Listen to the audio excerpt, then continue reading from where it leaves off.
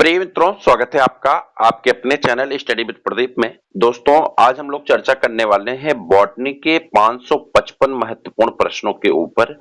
और ये 555 महत्वपूर्ण क्वेश्चन जब 2022 में आपको प्रैक्टिस कराए जा रहे थे तो टॉप 50 क्वेश्चन के नाम से कराए जा रहे थे और उसके पीडीएफ भी आपको भेजे गए थे। लेकिन अब मामला ये है कि एक एक पीडीएफ भेज पाना सबको संभव नहीं हो पा रहा है, क्योंकि पीडीएफ की संख्या ज्यादा हो गई। उस समय टाइपिंग होता था, डायरेक्ट भेज दिया जाता था। तो मैंने सभी प्रश्नों को एक साथ समाहित कर दिया और मैं आपको दिखाऊं तो इस स्लाइड में 100 याद देखिए 77 पेज की स्लाइड है ये। और कुल प्रश्नों की संख्या इसमें अगर आप देखेंगे तो कुल प्रश्नों की संख्या 555 से ज्यादा है। 555 है, शायद 550 से 10 पेपर का इसमें मतलब एक साथ कलेक्शन है। 10 नहीं 11 पेपर का, तो 550 होते, 5 इंपॉर्टेंट प्रश्न और थे तो वो सब जुड़ गए। 555 प्रश्नों की स्लाइड है, पहुंचने वाले हैं। देखिए ये जो है आपके 512 हो गया और आपका ये आपकी स्लाइड आ गई और ये क्वेश्चंस हैं आपके। खुल जाओ भाई। 555 प्रश्न आपके सामने दिख रहे हैं और भी प्रश्न हो सकते हैं, तो इन सभी प्रश्नों पे हम लोग चर्चा करेंगे। 555 से ज्यादा प्रश्न हैं और एक एक करके हम लोग इन प्रश्नों को सॉल्व करने की कोशिश करेंगे। तो जितने पार्ट्स हो सकते हैं उतने पार्ट में हम लोग सॉल्व करेंगे। प्रयास ये है कम से कम 125 प्रश्न तो एक बार में सॉल्व करेंगे ही। ठीक है, तो चलिए बिना समय गंवाए, आप सबसे पहली बात रिक्वेस्ट है कि अगर इसका पीडीएफ आपको चाहिए, देखिए ये सब निःशुल्क है, इसका पीडीएफ आपको बिना पैसा दिए मिलने वाला है।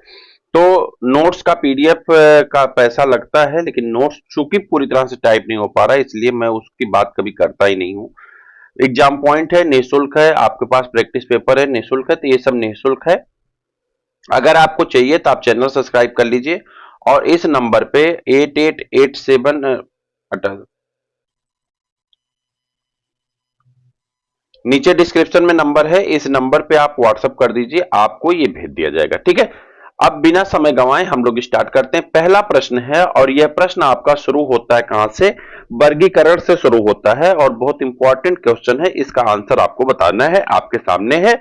चलिए अब देखिए और इसका आंसर एक एक करके बताते जाइए। चारों ऑप्शन आपके सामने दिख रहे हैं, कोशिश करिए कि आंसर आप खुद कर सकें तो ज्यादा उचित है। Who published Genera Plantarum? Genera Plantarum एक पुस्तक है, 1862 से 1863 में पब्लिश होती है। किसके द्वारा पब्लिक की गई है? तो मेरा आंसर तो लगा हुआ, उसको मत देखिए, आप बताइए कि किसके द्वारा पब्लिक की गई। जेनरा प्लांटेनम जो पुस्तक थी ये बेंथम और हुकर के द्वारा पब्लिक की गई थी और लिखी गई थी और इस पुस्तक के कुल 3 भाग आए हैं। ठीक है, और इसमें जो है जो एंजियोस्पर्म है, एंजियोस्पर्म के नेचुरल सिस्टम ऑफ क्लासिफिकेशन के बारे में चर्चा की गई है। तो यह किससे संबंधित है? तो ये नेचुरल सिस्टम ऑफ क्लासिफिकेशन से संबंधित है। किससे संबंधित है? नेचुरल सिस्टम ऑफ क्लासिफिकेशन से, नेचुरल सिस्टम ऑफ क्लासिफिकेशन से संबंधित ये पुस्तक होती है। बेंथम होकर की है, नाम है जेनरा प्लांटेरम और ये प्रश्न आपसे पूछा जा चुका है आपके एग्जाम में। आगे बढ़िए। According to 5 kingdom system classification, 5 जगत पद्धति के अनुसार, कह रहा according to 5 kingdom system classification protozoa are placed in, 5 जगत पद्धति के अनुसार प्रोटोजोआ कहां रखा गया है? सबसे पहले आप बता दीजिए 5 किंगडम सिस्टम क्लासिफिकेशन किसने दिया था? सबको याद है आर.एच. व्हिटेकर के द्वारा 5 किंगडम सिस्टम क्लासिफिकेशन दिया गया था। आर.एच. व्हिटेकर के द्वारा 5 किंगडम सिस्टम क्लासिफिकेशन दिया गया और ये कब दिया गया था? 1969 में। इन्होंने कहा था कि जो मोनेरा होगा उसमें सभी प्रोकैरियोटिक जीवों को रखा जाएगा, जो फंजाई होगा उसमें जो है हेट्रोट्रॉपिक प्लांट को रखा जाएगा और जो प्रोटिस्टा होगा उसमें यूकैरियोटिक, किसको? यूकैरियोटिक जो है यूनिसेलुलर किसको रखा जाएगा? एनिमल को रखा जाएगा। और इसके अलावा जो है उन्होंने किसको रखा था यहाँ पे? तो इसके अलावा उन्होंने प्लांटी को रखा था, एनिमेलिया को। तो इसमें पांचों जगत में सिर्फ प्लांटी बचा हुआ थे। 5 जगत थे जिसमें मोनेरा में प्रोकैरियोटिक, फंजाई में ऑटोट्रॉपिक, हेट्रोट्रॉपिक प्लांट और प्रोटिस्टा में प्रोटोजोआ को रखा गया है। ये आपका आंसर है। ठीक है,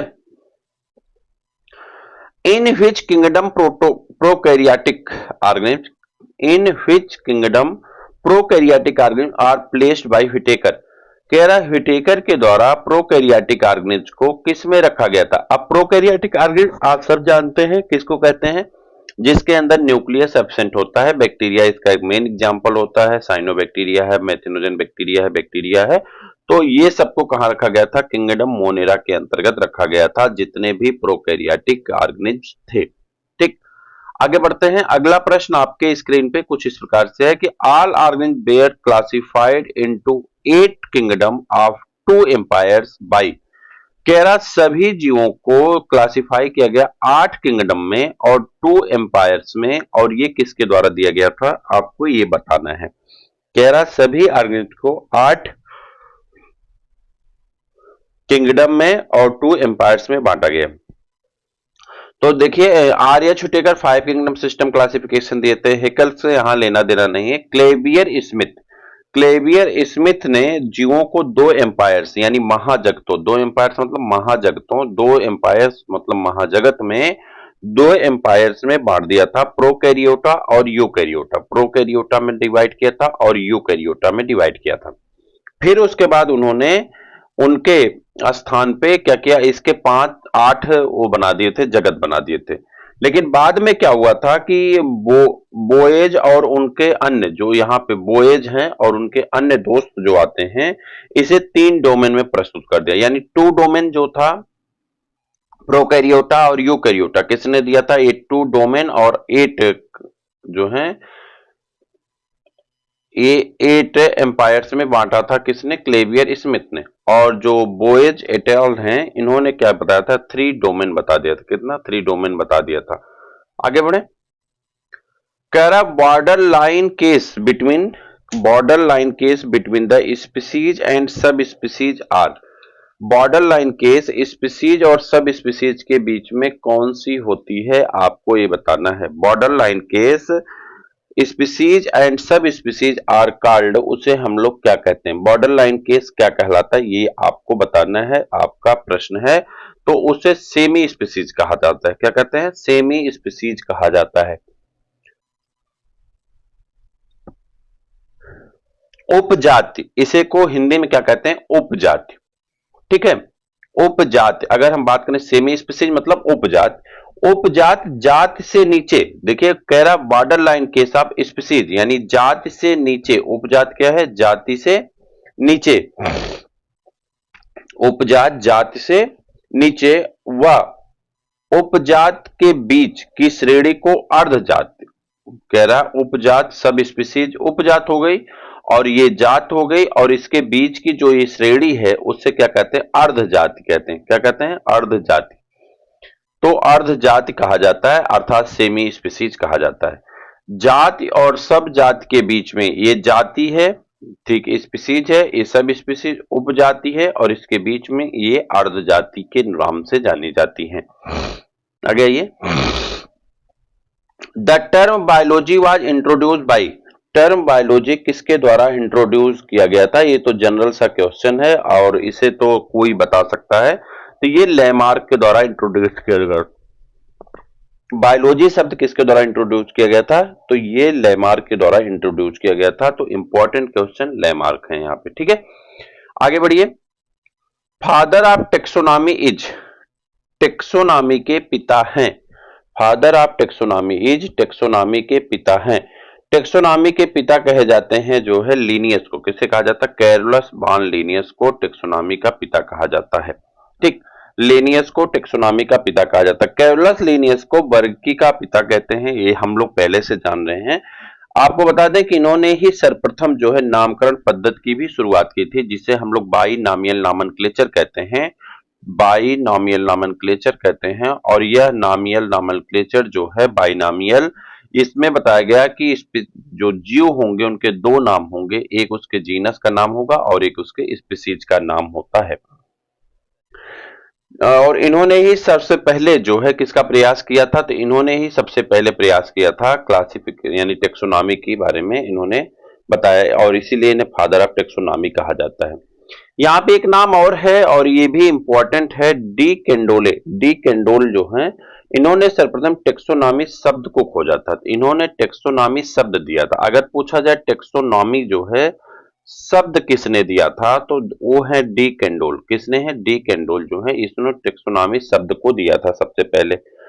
और इन्होंने 1813 ईस्वी में थ्योरी एलिमेंटायर डीला बॉटनिका में इस शब्द का प्रयोग किया था। अरस्तु को जीव विज्ञान का पिता ही कहा जाता था, आप जानते हैं एरिस्टोटल को, तो इसके चक्कर में पढ़ना नहीं है। आगे बढ़िए। तो डी कैंडोल याद रखिएगा, इन्होंने अपनी पुस्तक में, क्या नाम था इनका,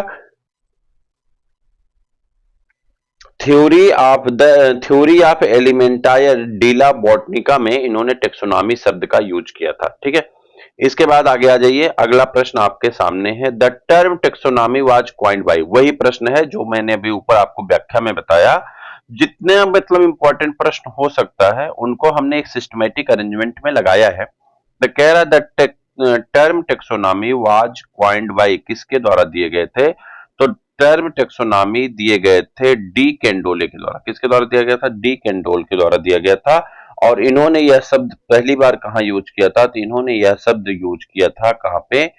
जल्दी बता दिए। तो इन्होंने यह शब्द एलिमेंटायर डिला बॉटनिका नामक पुस्तक में, जो कि 1813 में लिखी गई थी, उसमें टेक्सोनॉमी शब्द का उपयोग किया था। ठीक है, थियोफ्रेटस आप जानते हैं जो है बॉटनी के पिता कहलाते हैं।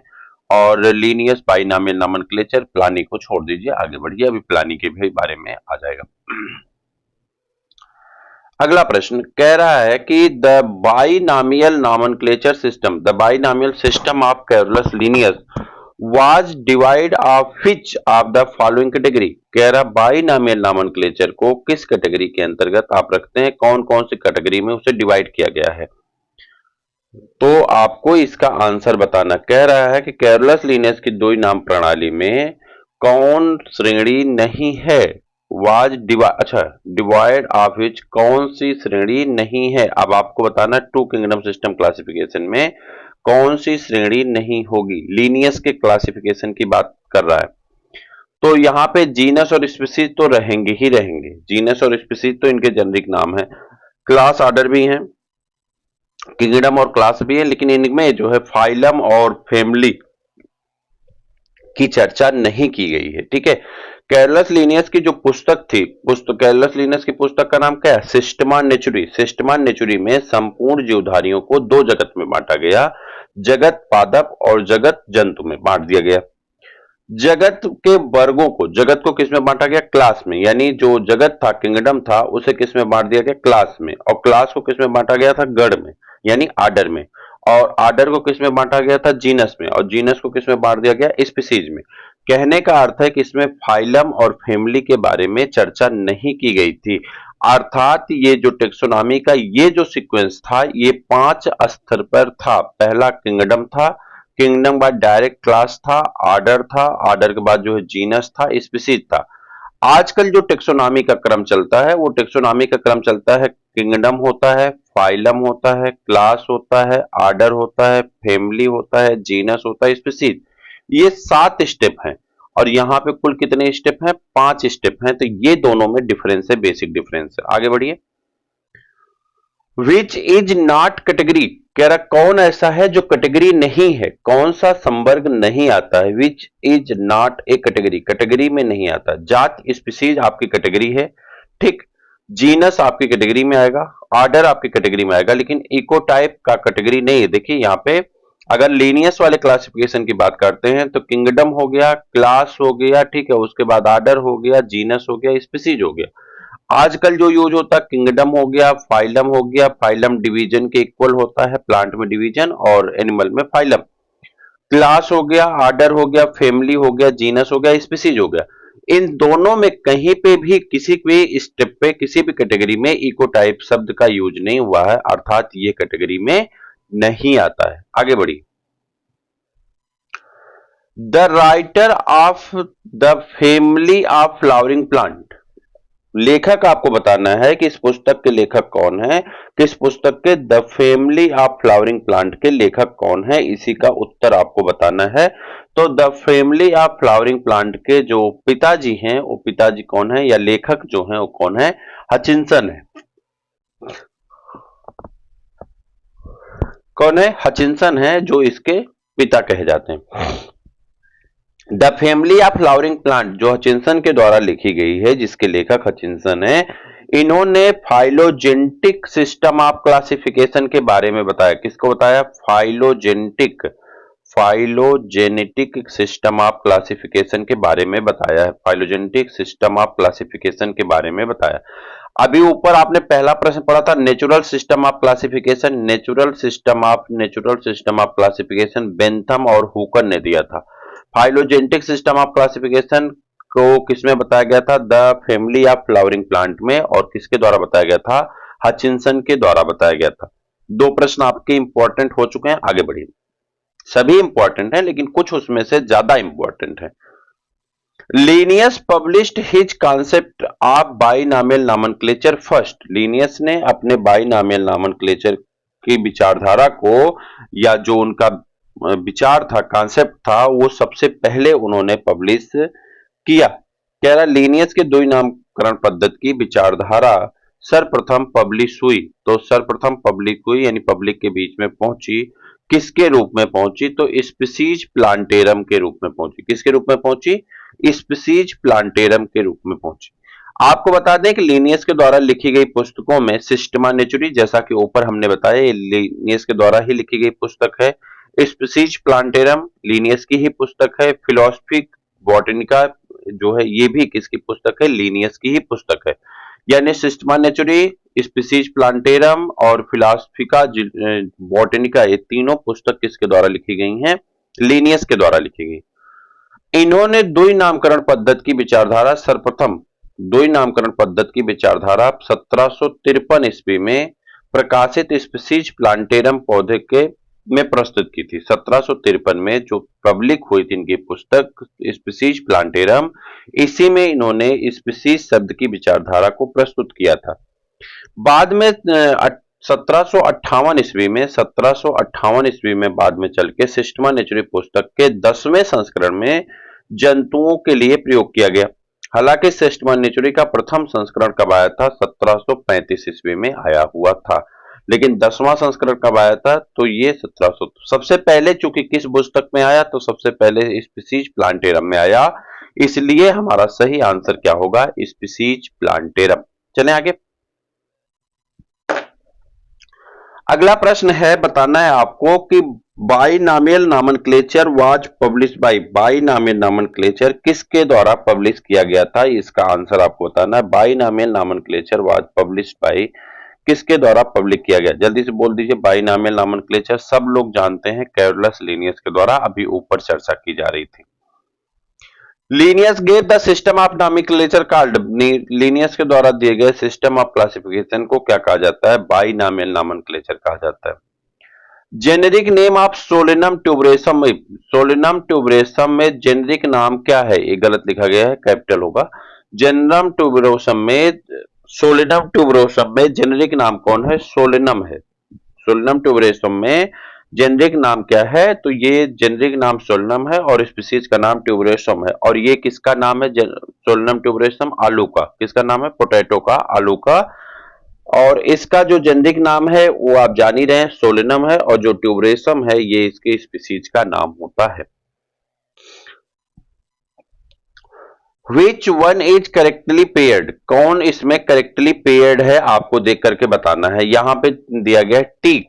टीक को दिया गया है जो है डिप्टेरोकार्पस। टीक का डिप्टेरोकार्पस है। और करेक्टली पेयर्ड है वही आपको बताना है। साल, साल को टेक्टोना कहा गया है। और उसके बाद जो है दो इधर साल को क्या कहा गया है? टेक्टोना कहा गया है। तो साल के टेक्टोना के बाद यहाँ पे है चीड़। चीड़ का पौधा होता है ना, सिड्रस कहते हैं। और शीशम, डलवर्जिया शीशो कहा जाता है। तो डलवर्जिया शीशो किसका नाम है? शीशम का है। तो यही पेयर्ड है, बाकी सबके आंसर क्या है? गलत है। अब चलिए, डलवर्जिया शीशो किसका नाम है? शीशम का नाम है। शीशम का वानस्पतिक नाम डलवर्जिया शिशु होता है। यह डलवर्जिया इसका जेनेरिक नाम, जबकि शिशु जो है इसका वानस्पतिक यानी स्पीसीज का नाम होता है। टीक का जेनेरिक नाम टिक्टोना होता है। यहाँ पे आइए, जो हम लोग अभी लिख रहे थे, तो यहाँ पे देखिए टीक का जो वैज्ञानिक नाम होता है इसे टिक्टोना कहते हैं। टिक को क्या कहते हैं? टिक्टोना कहते हैं। तो ये टिक्टोना हो जाएगा। ठीक, टीक का टिक्टोना हो जाएगा, ए वाला, टीक का ए वाला हो जाएगा। ठीक है, साल को जो है, साल का जो पेड़ होता है उसे जो है सोरिया कहते हैं। साल को क्या कहते हैं? सोरिया कहते हैं। और जो चीड़ है, चीड़ यहाँ पे था, चीड़ को क्या कहते हैं? चीड़ को पाइनस कहते हैं। चीड़ को क्या कहते हैं? पाइनस कहते हैं। तो ये इसके बीच में चलता रहता है इस तरह से। ठीक है, जो सबसे सही यहाँ पे मैच था पहले से वो है Dalbergia sissoo. Which one is not correctly match, कह रहा कौन एक इसमें पूरी तरह से मैच नहीं है, वही आपको बताना है कौन मैच नहीं है। तो यहां पे दिया गया व्हीट, व्हीट का जो साइंटिफिक नेम होता है ट्रिटिकम वुल्गैरिस, तो यहां पे आपको बताना है कौन सही नहीं। ठीक है, तो गेहूं को ट्रिटिकम वुल्गैरिस कहते हैं। अच्छा, उसके बाद अश्वगंधा, अश्वगंधा को कहते हैं बिदानिया। तो उसके बाद बिदानिया और सोमनीफेरा, बिदानिया सोमनीफेरा कहते हैं, किसको कहते हैं? अश्वगंधा को।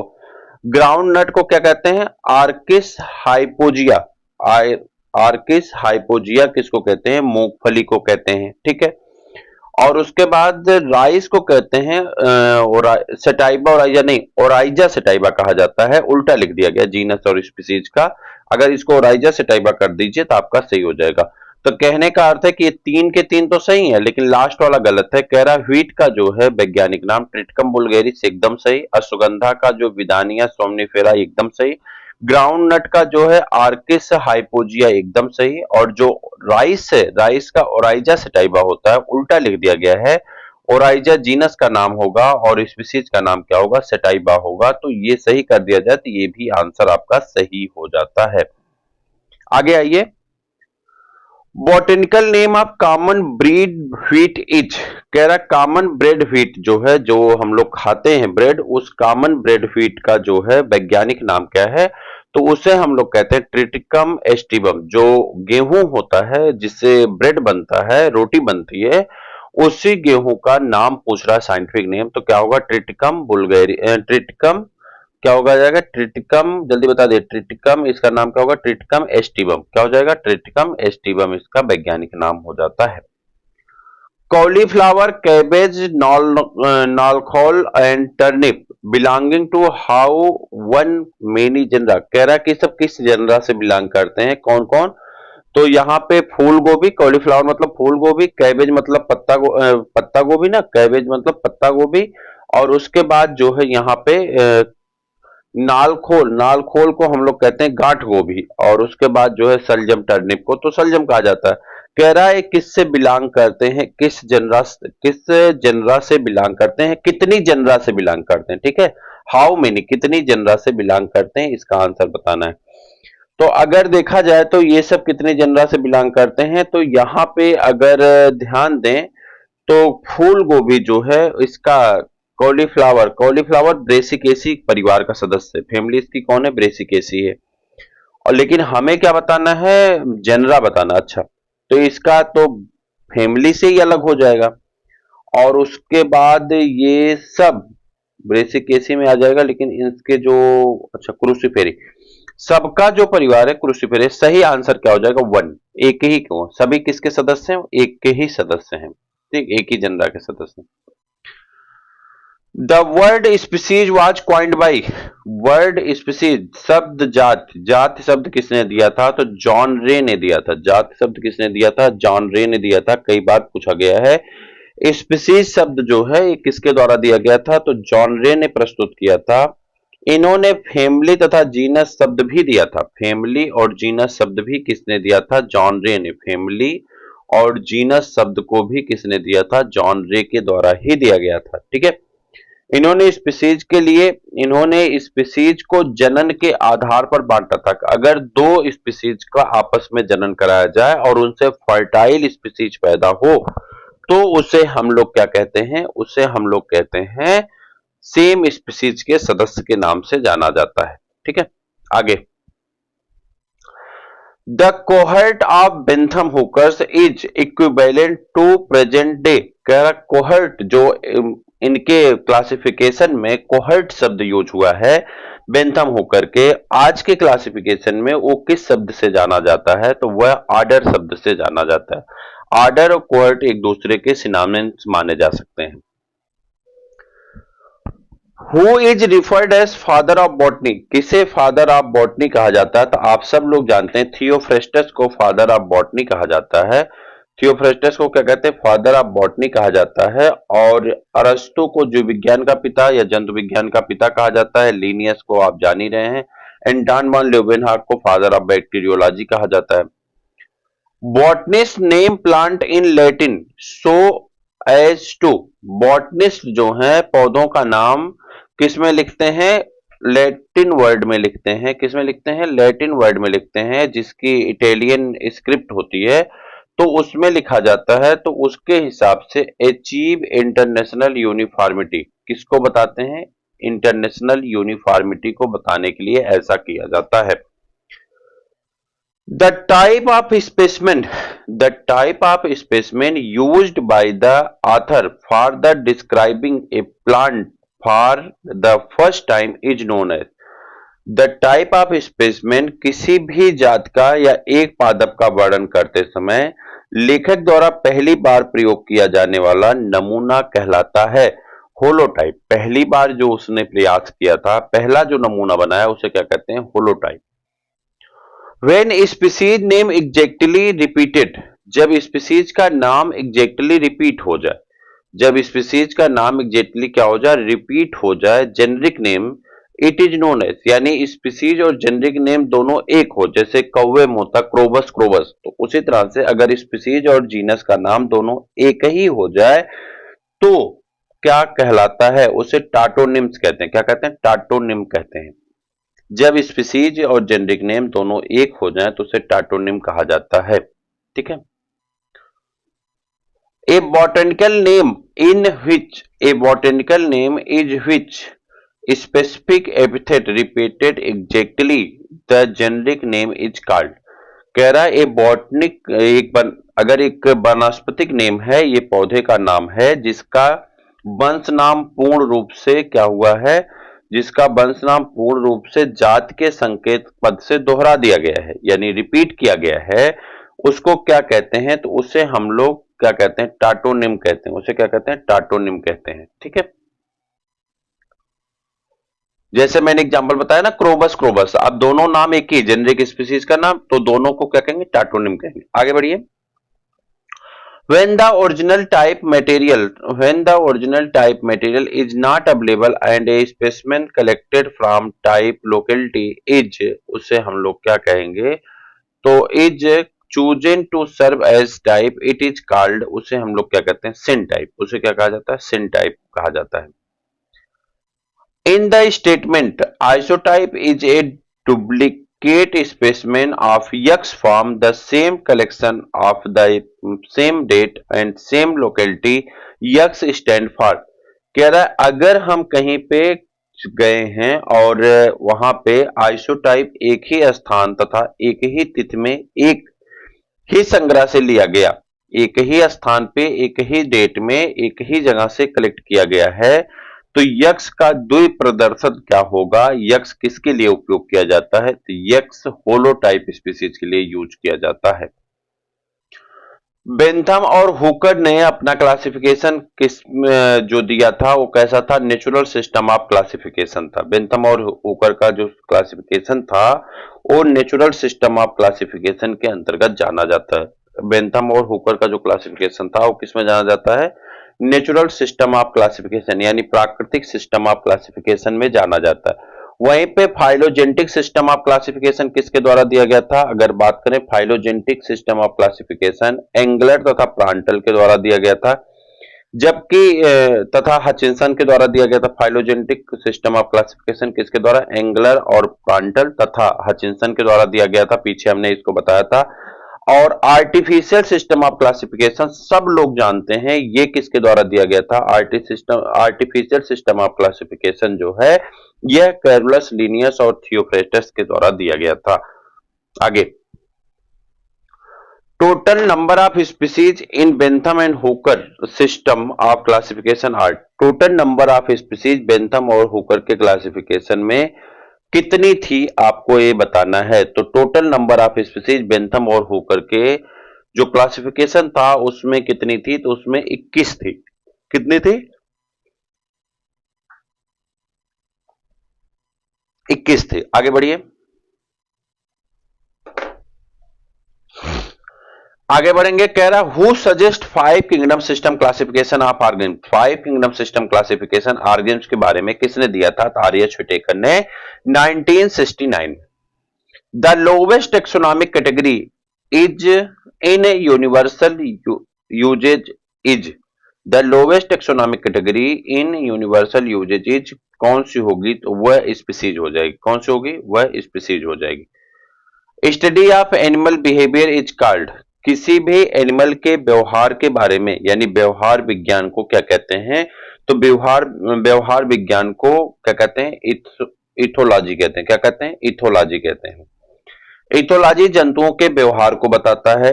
एंटोमोलॉजी, यहां पे लिखा गया ना, एंटोमोलॉजी कीटों का अध्ययन है। इथनोबायोलॉजी, इथनोबायोलॉजी जो है व्यक्तियों, जीवों तथा वातावरण के संबंध में उनका व्यवहार कैसा है उसका अध्ययन है।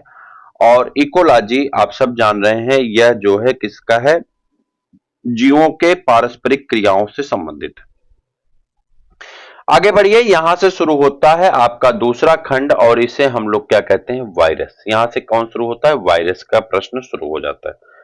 कह रहा वायरस कंटेन, वायरस में होता है DNA, RNA, DNA, RNA, protein या प्रोटीन एंड न्यूक्लिक एसिड। तो सही आंसर होगा डीएनए हो सकता है, डीएनए हो सकता है, या तो आरएनए ये हो सकता है, या तो डीएनए या तो आरएनए, या और उसके साथ साथ इसके ऊपर क्या पाया जाता है? प्रोटीन का आवरण पाया जाता है। तो प्रोटीन और न्यूक्लिक एसिड आपका सही आंसर है। अब यहां से प्रश्न आपके वायरस के स्टार्ट हो चुके हैं। ठीक। कह रहा RNA as a genetic material is found in which of the following. कह रहा आरएनए एक प्रकार का जेनेटिक मटेरियल है और यह किस में पाया जाता है? यह एचआईवी में पाया जाता है। प्लाज्मोडियम जो है ये प्रोटोजोआ है, यहाँ पे डीएनए पाया जाता है। बैक्टीरियोफेज में भी डीएनए जेनेटिक मटेरियल होता है, बैक्टीरियोफेज लेम्डा और बैक्टीरियोफेज 5/174 दोनों में वही पाया जाता है। स्ट्रेप्टोकोकस ये बैक्टीरिया है और बैक्टीरिया में भी डीएनए ही जेनेटिक मटेरियल होता है। एचआईवी इज ए, एचआईवी क्या है? एचआईवी एक प्रकार का रेट्रोवायरस फैमिली का सदस्य है। एचआईवी जो है किसका सदस्य है? रेट्रोवायरस फैमिली का सदस्य होता है। कौन? एचआईवी। आगे बढ़िए। मोन्टे मोन्टेग्नियर एंड गैलो वेयर क्रेडिटेड टू आइसोलेटिंग। कह रहा है कि जो है मोन्टेनियर और गैलो को क्या प्राप्त करने का श्रेय जाता है? इन्होंने कौन सी ऐसी चीज प्राप्त की थी तो इसका श्रेय जाता है? तो इन्होंने किसको खोजा था? सीधे सीधे कह दें तो इन्होंने एड्स के वायरस को ढूंढा था। मोन्टेनियर और गैलो जो हैं एड्स के वायरस ढूंढे थे। अमेरिका के लुक मोन्टियर तथा रॉबर्ट गैलो ने सर्वप्रथम एड्स वायरस की खोज की थी, जिसका नाम एचआईवी रखा गया। उस वायरस का नाम क्या रखा गया था? एचआईवी रखा गया था। विच one of the following neither A prokaryote nor a eukaryote. कह रहा वह कौन है ना तो प्रोकैरियोटिक है और ना ही यूकैरियोटिक है, उसके बारे में आपको बताना है। कौन ऐसा सदस्य है ना तो प्रोकैरियोटिक ना तो eukaryotic? TMV, tobacco mosaic virus. Virus ना तो प्रोकैरियोट होता है और ना ही यूकैरियोट होता है। उसमें एक वायरस का एग्जांपल दिया गया है टीएमबी का। ठीक है, आगे बढ़िए। कह रहा है ए प्लांट वायरस कॉमनली कंटेन। एक प्लांट वायरस में मुख्य रूप से क्या पाया जाता है वो आपको बताना है। तो एक प्लांट वायरस मुख्य रूप से अपने पास क्या रखता है? तो आरएनए रखता है। एक प्लांट वायरस मुख्य रूप से अपने पास क्या रखता है? तो एक प्लांट वायरस के पास मुख्य रूप से आरएनए पाया जाता है और एनिमल वायरस के पास आरएनए की जगह पे डीएनए हो जाता है as a genetic material. Which of the following pair. कह रहा कौन सा ऐसा पेयर है कॉन्स्टिट्यूट ए वायरस जो एक वायरस के लिए यूज किया जा सकता है? कौन सा ऐसा है? कार्बोहाइड्रेट एंड फैट नहीं, स्टार्च एंड फैट नहीं, यहाँ पे प्रोटीन और न्यूक्लिक एसिड ये सही कंपोजिशन है किसका? एक वायरस का। Viroid are only made up of. जो वायराइड होता है वह बना होता है वायराइड किसका बना होता है? सिर्फ और सिर्फ किसका बना होता है? तो आरएनए मॉलिक्यूल का। किसका बना होता है? आरएनए मॉलिक्यूल का वायराइड बना होता है। आगे बढ़िए। Among the following who discovered the virus, कह रहा है इसमें से, इन लोगों में से किसने वायरस को ढूंढा था? इवान वस्की ने। वायरस को किसने ढूंढा था? इवान वस्की ने ढूंढा था। When a virus attack the bacterium, जब कोई वायरस किसी बैक्टीरिया के ऊपर अटैक करता है, the material that enter the host cell is, तो कौन सा मटेरियल होस्ट सेल में इंटर करता है? अब वहां पे मटेरियल तो डीएनए भी हो सकता है और क्या हो सकता है? आरएनए भी हो सकता है। तो वो किसको भेजता है? वो न्यूक्लिक एसिड यानी डीएनए या आरएनए को भेजता है। उसके बाद आ जाइए यहाँ पे smallest proteinaceous infection. Smallest proteinaceous infection particles is known as, कह रहा सबसे छोटा जो है प्रोटीन का बना हुआ इन्फेक्शन पार्टिकल कौन सी है जो इन्फेक्शन क्रिएट करता है? उसे प्रियॉन कहते हैं। प्रोटीन का बना हुआ सबसे छोटा जो डिजीज काज करने वाला होता है उसे हम लोग क्या कहते हैं? उसे प्रियॉन कहते हैं। वायराइड ये सिर्फ आरएनए से बना होता है। वायरस में आरएनए या डीएनए या जेनेटिक मटेरियल, प्रोटीन और जेनेटिक मटेरियल पाए जाते हैं। बैक्टीरियोफेज वायरस है लेकिन इसमें जेनेटिक मटेरियल क्या होता है? डीएनए होता है। Which one of the following statement is true, कह रहा कौन सा स्टेटमेंट यहां पे सही है? In an virus the protein coat is made up of capsomere, सही है। वायरस की जो प्रोटीन कोट होती है उसे कैप्सोमियर कहा जाता है। और उसके बाद आ जाइए कॉलीफेज 5174 कंटेन, कॉलीफेज 5174 सिंगल स्टैंडर्ड डीएनए रखता है। यह एक प्रकार का साइनोबैक्टीरिया है, बैक्टीरियोफेज है और ये जो है अपने पास क्या रखता है? सिंगल स्टैंडर्ड डीएनए, एक वायरस है। Number of base pair of the genome of the 5174 virus, 5174 bacteriophage virus में नंबर ऑफ जीनोम की संख्या कितनी होती है? 5386 जीनोम पाए जाते हैं। कितने पाए जाते हैं? 5386 जीनोम पाए जाते हैं। नेकेड वायरस आर, कौन सा ऐसा वायरस है जिसके ऊपर प्रोटीन कोट नहीं पाई जाती? उसे नेकेड वायरस कहते हैं। नेकेड वायरस जो है वायराइड को कहा जाता है। किसको कहा जाता है? वायराइड को नेकेड वायरस के नाम से जाना जाता है। T4 bacteriophage can be grow, T4 bacteriophage can be grown कहां पे पैदा होते हैं? In a colon of the bacteria, bacteria के कोलन में इसीरिया कोलाई कहे जाते हैं। वेरियान मीन्स, वेरियान का मतलब क्या होता है? तो वेरियान का मतलब होता है डेड वायरस। वेरियान का मतलब क्या होता है? Dead virus. AIDS caused by, AIDS पैदा होता है किसके द्वारा? AIDS caused by virus H L TV third और L A V R A R V virus. इन सभी वायरस से एड्स हो सकता है, बाकी एचआईवी से तो होता ही होता है। तो ये सभी वायरस एड्स काज कर सकते हैं। इल्सा एंजाइम लिंक्ड इम्यूनोसार्बेंट एसे, इल्सा का फुल फॉर्म क्या होता है? Enzyme link immunosorbent assay a diagnostic test is used for diagnosis of, कह रहा है एक प्रकार का डायग्नोस्टिक टेस्ट है और यह उपयोग किया जाता है किसके लिए? तो एड्स की जांच करने के लिए इसका उपयोग किया जाता है। In which of the following, in which of the following viruses the flow of information is opposite RNA to DNA, कह रहा किसमें इंफॉर्मेशन आरएनए से डीएनए में जाता है? अर्थात रिवर्स ट्रांसक्रिप्टेज एंजाइम किसमें काम करती है? तो वह एचआईवी में। एचआईवी में रिवर्स ट्रांसक्रिप्टेज एंजाइम के पाए जाने के कारण आरएनए से डीएनए का निर्माण होता है। वही प्रश्न आपसे पूछा जा रहा है। Which one of the following is made use of a ELISA to identify a substance, कह रहा है which one of the following is made use in ELISA to identify a substance, तो एंटीबॉडीज के आधार पर इल्सा टेस्ट किया जाता है, एंटीबॉडीज के आधार पर इल्सा टेस्ट किया जाता है। ए बैक्टीरियोफेज कंसिस्ट ऑफ, एक बैक्टीरियोफेज के पास क्या होता है, तो डीएनए होता है और न्यूक्लिक एसिड होता है, प्रोटीन होता है और क्या होता है, न्यूक्लिक एसिड होता है। बैक्टीरियोफेज के बाद क्या होता है, प्रोटीन होता है और न्यूक्लिक एसिड होता है। बैक्टीरियोफेज इज, बैक्टीरियोफेज जो होता है वो है, क्या है बैक्टीरियोफेज, तो बैक्टीरियोफेज एक वायरस है विच इन्फेक्ट बैक्टीरियम, जो बैक्टीरिया को डिजीज पहुंचाने वाला या नुकसान पहुंचाने वाला बैक्टीरियोफेज एक प्रकार का वायरस होता है।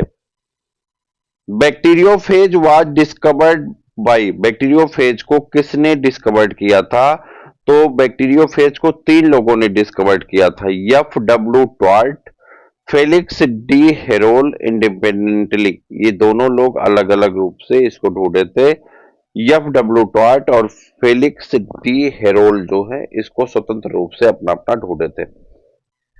आगे ये कह रहा which enzymes is found in retrovirus like HIV, कह रहा कौन से ऐसे एंजाइम है जो रेट्रोवायरस में पाई जाती है, यानी एंजाइम में, तो वहां पे रिवर्स ट्रांसक्रिप्टेज पाया जाता है, जिसकी वजह से RNA किस में कन्वर्ट हो जाता है, DNA में कन्वर्ट हो जाता है, क्योंकि यहां पे क्या मिलता है, रिवर्स ट्रांसक्रिप्टेज एंजाइम।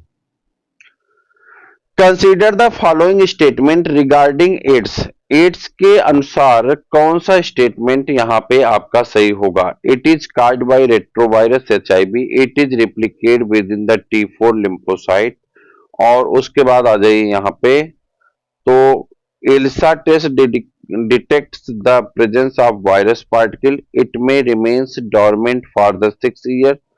आप दीज स्टेटमेंट, इन सभी स्टेटमेंट में कौन सही है, तो आपका A B D तीनों सही हैं, A B और D सही हैं, जबकि C वाला ELISA test detect presence of virus particle नहीं, प्रेजेंस ऑफ एंटीबॉडी के आधार पर पता चलता है। इसके अलावा 3 के तीनों सही हैं।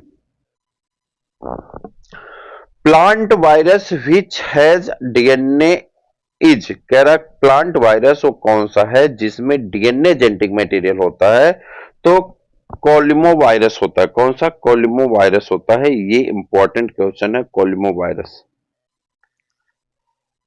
विच one of the following, which one of the following is a double standard RNA virus, कह रहा कौन सा यहां पे ऐसा है जो डबल स्टैंडर्ड RNA वायरस है। रोटा वायरस जो होता है वो डबल स्टैंडर्ड RNA वायरस होता है।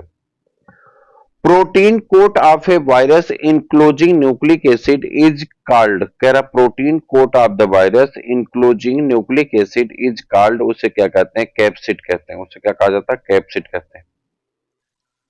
Capsid of virus is made up of, capsid of virus is made up of, वो किसके बने होते हैं, तो प्रोटीन के बने होते हैं। किसके बने होते हैं, protein.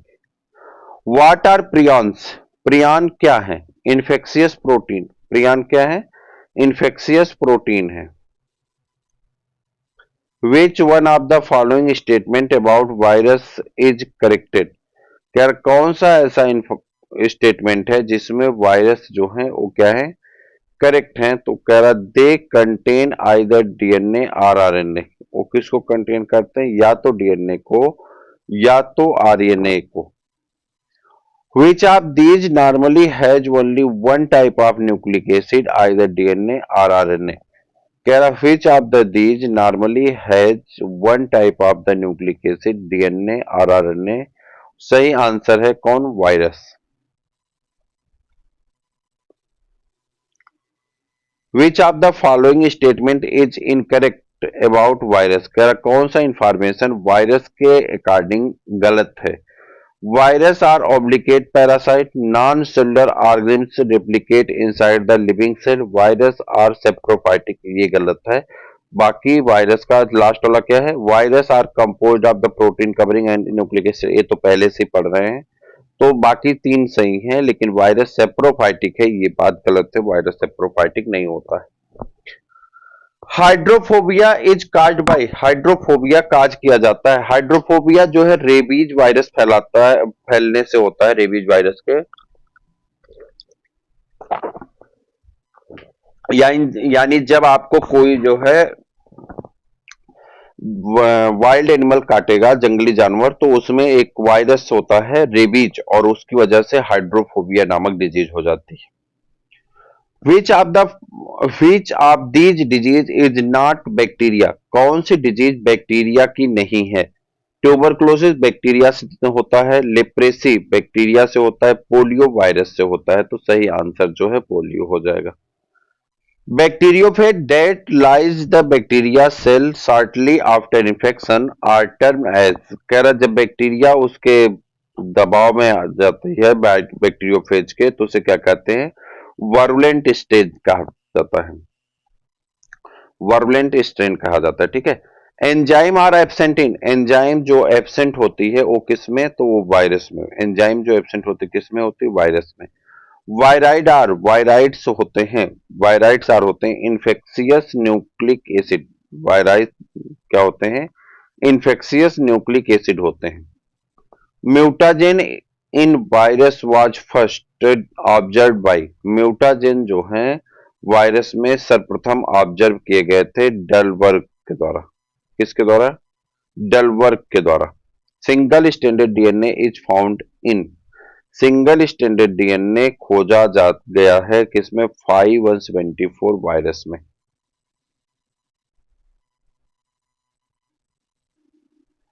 The term virus was introduced by, term virus किसके द्वारा इंट्रोड्यूस किया गया था? किसके द्वारा? तो पास्चर के द्वारा।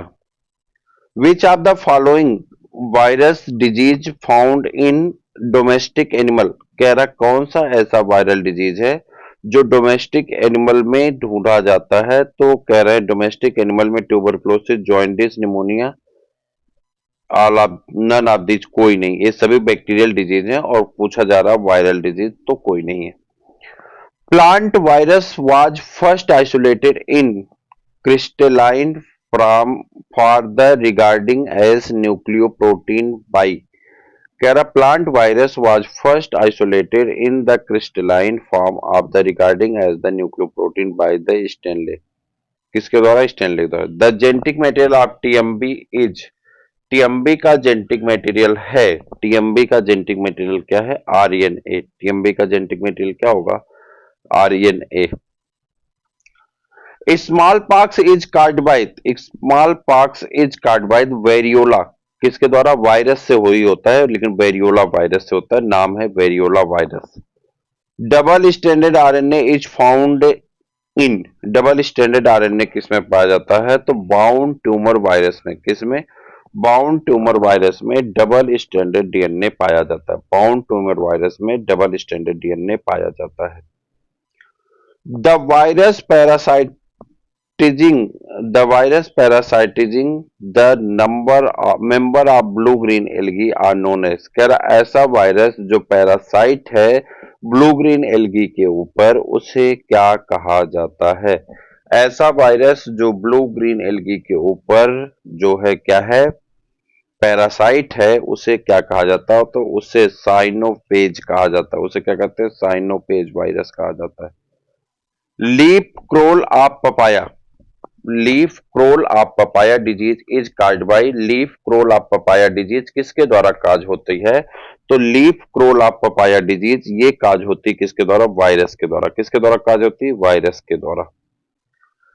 The plasmid that imparts drugs resistant is called as, कह रहा ऐसे प्लाज्मिड जो ड्रग्स रेसिस्टेंट को क्या करते हैं? इम्पार्ट करते हैं, उसे क्या कहा जाता है? तो द प्लाज्मिड दैट ड्रग्स को, तो उसे आर फैक्टर कहते हैं। उसे कौन सा फैक्टर कहते हैं? आर फैक्टर कहते हैं। Bacteria are classified in the kingdom, bacteria को किस किंगडम में क्लासिफाई किया गया है? तो मोनेरा किंगडम में क्लासिफाई किया गया है। जितने भी प्रोकैरियोटिक एनिमल्स हैं, जितने भी प्रोकैरियोटिक ऑर्गेनिज्म हैं, उन सभी ऑर्गेनिज्म को कहां पे रखा गया है? मोनेरा में रखा गया है। TI plasmid is found in, TI plasmid किस में पाया जाता है? तो एग्रोबैक्टीरियम ट्यूमीफेसियंस में पाया जाता है। बायोकेमिस्ट्री जब पढ़ रहे थे तो उसमें मैंने आपसे बताया था टीआई प्लाज्मिड आया था जो एग्रोबैक्टीरियम ट्यूमिफेसियंस से रिलेटेड है। प्लाज्मिड है क्या है? प्लाज्मिड तो extra chromosomal genetic material of bacteria, bacteria के शरीर पे पाए जाने वाले एक्स्ट्रा क्रोमोसोमल मटेरियल को क्या कहते हैं? प्लाज्मिड कहते हैं। Extra chromosomal DNA of bacteria is called, extra chromosomal DNA bacteria का क्या कहलाता है? प्लाज्मिड कहलाता है। क्या कहलाता है? प्लाज्मिड कहलाता है। In bacteria extra chromosomal genetic material integrated with chromosomal genetic is called, उसे क्या कहते हैं? उसे कहते हैं प्लाज्मिड। एक्स्ट्रा क्रोमोसोमल डीएनए जो होता है बैक्टीरिया में, उसे क्या कहा जाता है? उसे प्लाज्मिड कहा जाता है। Gram positive bacteria are characterized by, gram positive bacteria का कैरेक्टराइज्ड होती हैं किसके द्वारा? तो gram positive bacteria presence of teichoic acid in the cell wall, नहीं अच्छा हाँ सॉरी, कह रहा प्रेजेंस ऑफ टिकोइक एसिड, एकदम सही है, टिकोइक एसिड पाई जाती है। High percentage of the peptidoglycan cell wall में पाई जाती है, सही है। लो परसेंटेज ऑफ लिपिड, ये भी सही है। ऑल ऑफ द अबव, सब के सब सही हैं। तो क्या कह रहा है कि ग्राम पॉजिटिव बैक्टीरिया का कैरेक्टर क्या है? कि उसमें टिकोइक एसिड होता है उसके सेल वॉल में, उसमें हाई परसेंटेज पेप्टिडोग्लाइकान होते हैं, उसमें लिपिड पाया जाता है, और ये सब उसके लक्षण होते हैं। Stain use for the gram staining is, gram staining bacteria के लिए जो स्टेन यूज होता है वो कौन सा होता है? तो उसे कहते हैं क्रिस्टल वायोलेट। कौन सा स्टेन होता है? क्रिस्टल वायोलेट स्टेन कहते हैं। Bacteria having a tuft of flagella at both end are called, bacteria के दोनों सिरे पे एक झुंड में क्या पाया जाता है? गुच्छे में क्या पाया जाता है? झुंड में या गुच्छे में क्या पाया जाता है? फ्लैजिला पाया जाता है। तो उसे क्या कहते हैं? उसे कहते हैं लोफोट्राइकस। क्या कहते हैं? लोफोट्राइकस।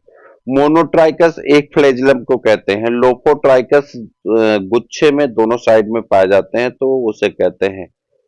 ठीक है।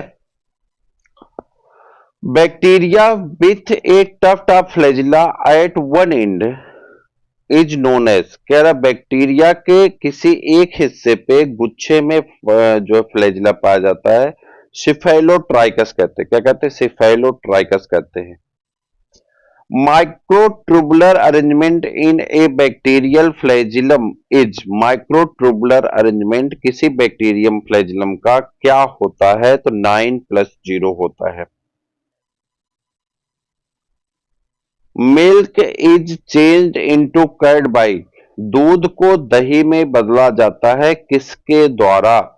दूध को दही में लैक्टोबैसिलस के द्वारा बदला जाता है। यहाँ पे एस्टोबैक्टर एसिटी, ये तो सिरका वाला है।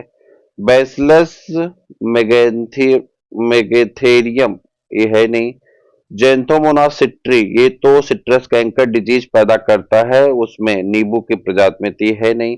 ये बैक्टीरिया यहाँ पे नहीं, नाबदीज, यहाँ पे लैक्टोबैसिलस चाहिए था, जो कि नहीं है ऑप्शन में। Term antibiotic was coined by, antibiotic term सबसे पहले वॉक्समैन के द्वारा दिया गया था। किसके द्वारा दिया गया था? वॉकमैन के द्वारा दिया गया था। When antibodies prepared against a disease causing organism, toxins are injected in the body is called, उसे क्या कहते हैं? Artificial passive immunization. क्या कहते हैं? आर्टिफिशियल पैसिव इम्यूनाइजेशन के नाम से जाना जाता है। Which of the following disease can not be prevented by vaccination, कौन से ऐसे डिजीज है जो वैक्सीनेशन के द्वारा प्रिवेंट नहीं की जाती है? Amoebiasis. Which of these microorganisms play a important role in the, which of uh, which of these microorganisms play an important role in the nitrogen fixation? तो राइजोबियम कौन है? नाइट्रोजन फिक्सेशन में इंपॉर्टेंट रोल देता है। यहाँ पे rhizobium आपके सामने था, जो रूट नोड में पाया जाता है किसके? लिग्यूमिनस प्लांट के।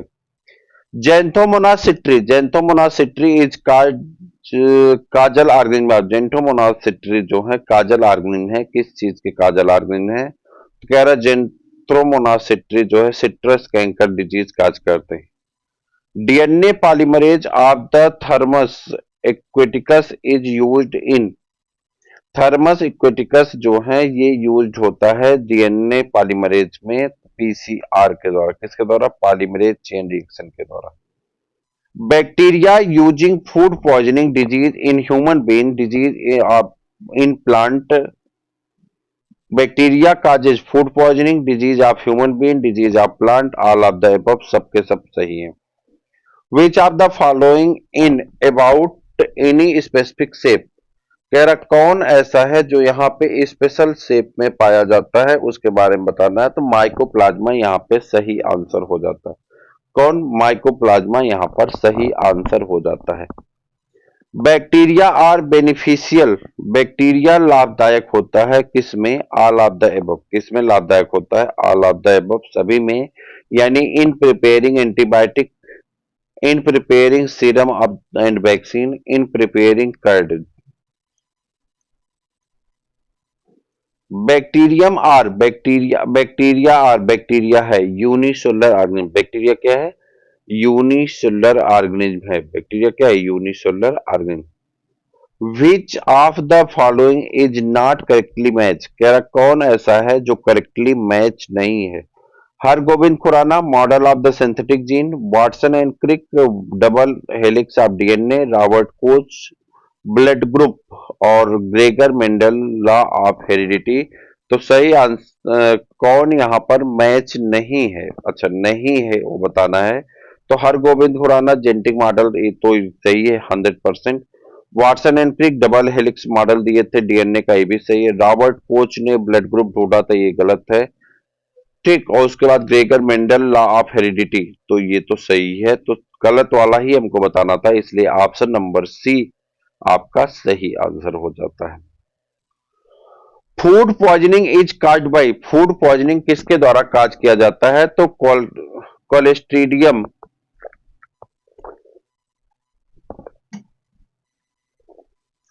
बोटुलिज्म के द्वारा, कोलेस्ट्रीडियम बोटुलिज्म के द्वारा फूड पॉइजनिंग काज किया जाता है। विच one of the following is A food borne toxin. कह रहा कौन ऐसा है जो भोजन विषाक्तता से संबंधित है? कौन ऐसा है जो भोजन विषाक्तता से संबंधित है? Botulism toxin. और उसके बाद आ जाते हैं यहाँ पे बोटुलिज्म इज क्या है? तो कह रहा food poisoning caused by the saprophytic bacterium, name of the Clostridium. The bacterium that causes botulism is. वह बैक्टीरिया कौन सी है जो भोजन विषाक्तता पैदा करती है? उसका नाम क्या है? Clostridium. Which of the following disease is caused by the protozoa bacteria and virus in that sequence. कह रहा प्रोटोजोआ से होने वाला रोग, बैक्टीरिया से होने वाला रोग और वायरस से होने वाला रोग एक सीक्वेंस में है। किसमें? मलेरिया में, मम्स में, malaria, mumps and typhoid, amoebiasis, polio, tetanus, sleeping sickness, ये प्रोटोजोआ से होता है। डिप्थीरिया ये जो है आपका, और हेपेटाइटिस बी। डिप्थीरिया बैक्टीरिया से होता है, वायरस से हेपेटाइटिस बी। आपका सही आंसर हो जाता है option number C. Propionibacterium yield. Propionibacterium से क्या उत्पन्न होता है? Vitamin B12. प्रोपियोनिबैक्टीरियम क्या उत्पन्न करता है? Vitamin B12. Site of respiration in bacteria. Bacteria में रिस्पायरेशन की साइट कहां होती है? तो बैक्टीरिया में रिस्पायरेशन की साइट जो है मेसोसोम पे होती है। In bacteria the respiratory enzymes are located on. Bacteria में रिस्पायरेटरी एंजाइम लोकेट होते हैं। कह रहा बैक्टीरिया में रिस्पायरेटरी एंजाइम कहां पर लोकेट होते हैं? मेसोसोम में। कहां पे लोकेट होते हैं? मेसोसोम में। Most common nitrogen fixing cyanobacteria of paddy field of. धान के खेत में जो कॉमन नाइट्रोजन फिक्सिंग बैक्टीरिया है उसका नाम क्या है? तो एलोसीरिया है। कौन है? एलोसीरिया है।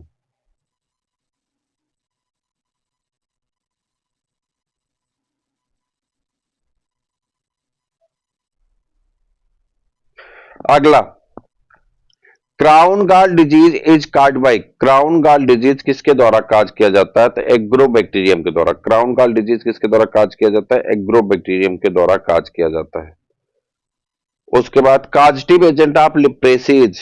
लिप्रेसी का काजेटिव एजेंट क्या होता है? माइकोबैक्टीरियम लिप्री। कौन होता है? माइकोबैक्टीरियम लिप्री जो होता है ये लिप्रेसी का कास्टिव एजेंट होता है। PPLO pleuropneumonia like organism, PPLO pleuropneumonia like organism क्या है? एक प्रकार का प्रोकैरियोटिक जीव है। क्या है? एक प्रकार का प्रोकैरियोटिक यानी माइकोप्लाज्मा है, प्रोकैरियोटिक जीव के अंतर्गत आता है। Which of the following does not have cell wall, कह रहा कौन ऐसा है जिसमें सेल वॉल नहीं पाया जाता? कौन ऐसा है जिसमें सेल वॉल नहीं पाया जाता? माइकोप्लाज्मा में सेल वॉल नहीं पाया जाता।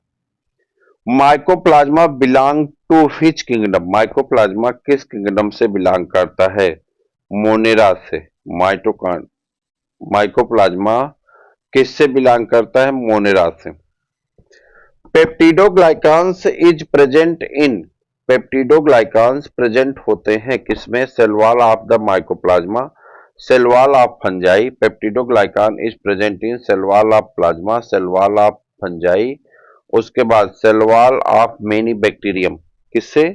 Cell wall of many bacterium. सही है। In bacterium conjugation was discovered by, bacterium में कंजुगेशन पाया जाता है तो लीडरबर्ग एंड टाटम के द्वारा। कंजुगेशन बैक्टीरिया में किसके द्वारा खोजा गया? तो लीडरबर्ग और टाटम के द्वारा खोजा गया था। उसके बाद आ जाते हैं transformation of the diplococcus pneumonia was discovered bye, transformation of diplococcus pneumonia was discovered bye किसने ढूंढा था? फ्रेडरिक ग्रिफिथ ने। किसने ढूंढा था? फ्रेडरिक ग्रिफिथ ने। विच of the following enzymes in Griffith experiment does not affected transformation, कह रहा कौन से एंजाइम ऐसी है जो ग्रिफिथ के एक्सपेरिमेंट में जो है ट्रांसफॉर्मेशन को अफेक्ट नहीं करता था? तो वो था प्रोटीएजेज और RNases. In which of the following virus DNA is a genetic material, कह रहा कौन सा ऐसा वायरस है जिसमें डीएनए जो है जेनेटिक मटेरियल के रूप में काम करता है? T2 phase virus. A Griffith experiment of the transformation virulent strain is called, Griffith के एक्सपेरिमेंट में वारुलेंट स्ट्रेन को क्या कहते हैं? ग्रिफिथ के एक्सपेरिमेंट में वारुलेंट स्ट्रेन को यस स्ट्रेन के नाम से जाना जाता है। और उसके बाद जो है आपका 125 प्रश्नों की यह श्रृंखला आज की आपकी कंप्लीट हो गई।